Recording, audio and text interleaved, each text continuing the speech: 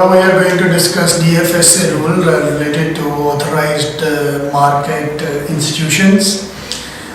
If you are in DIFC and obviously you have to be in compliance with DFSA rules. If you want to make a new bank or a finance house or a clearing house, of course you should know the regulations. These regulations I am going to discuss with you, which is divided in certain parts, and how to file an application, what are the main documents required for this. This is you should know, which in today's discussion we are going to discuss. Then what is the application for a new license and any new endorsement, and if you want to change an existing license, what will be the requirement for this. This is the part of early discussion.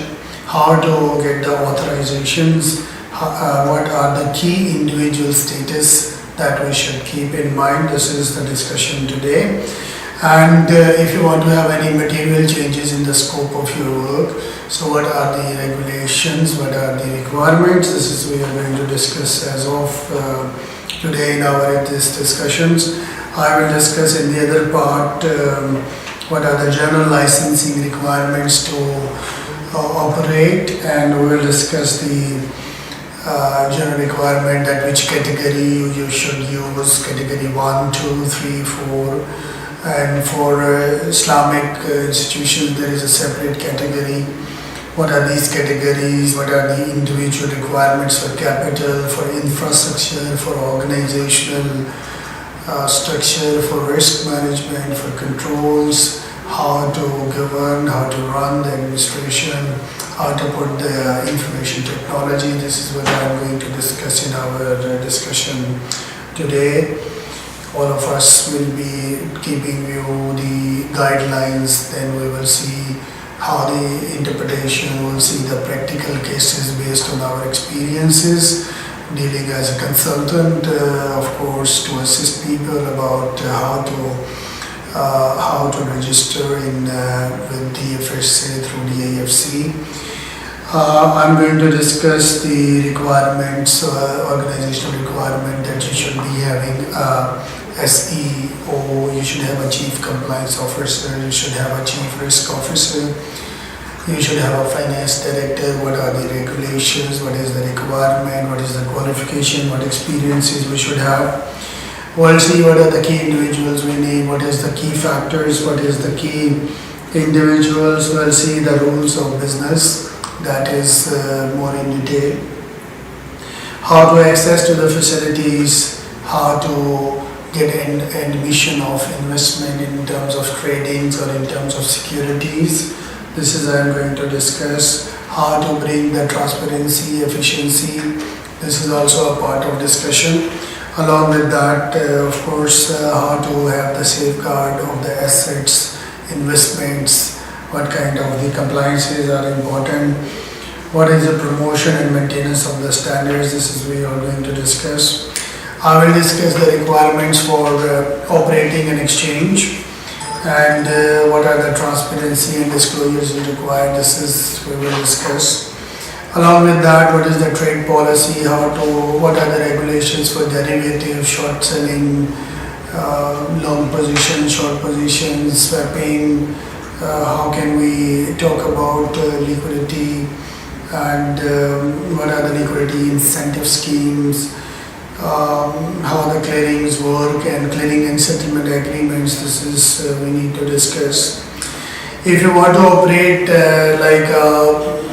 like a clearing house, so what are the risks that you need to encounter, how to do a risk management. We'll see what is the legal risk, compliance risk, then liquidity risk, operating risk. There are a couple of risks we will discuss in details. If you want to be a CCP or a CST, what are the additional requirements. This is I am going to discuss with you now.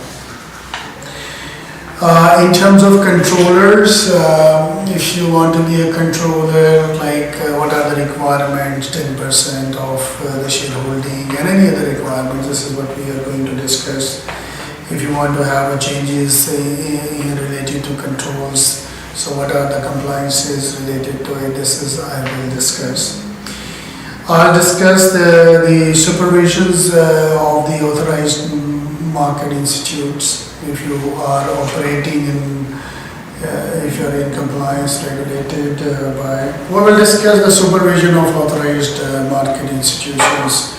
I'm going to discuss the relation with regulators and risk-based approach, which is very important nowadays. Risk in terms of money laundering, in terms of terrorist financing, these kind of things I have to discuss in details.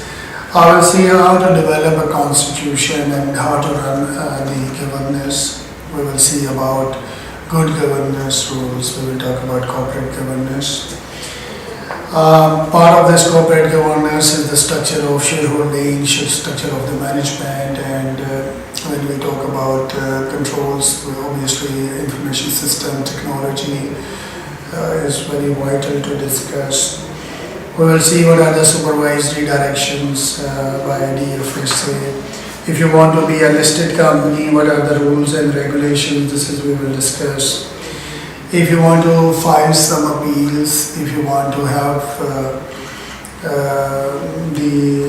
what are the requirements in terms of, we will discuss the transition rules, saving rules, and we'll see when you want to use an index or a price service provider, what are the regulations, and if you want to suspend your license, what are the rules and regulations. This is the part of discussion for today.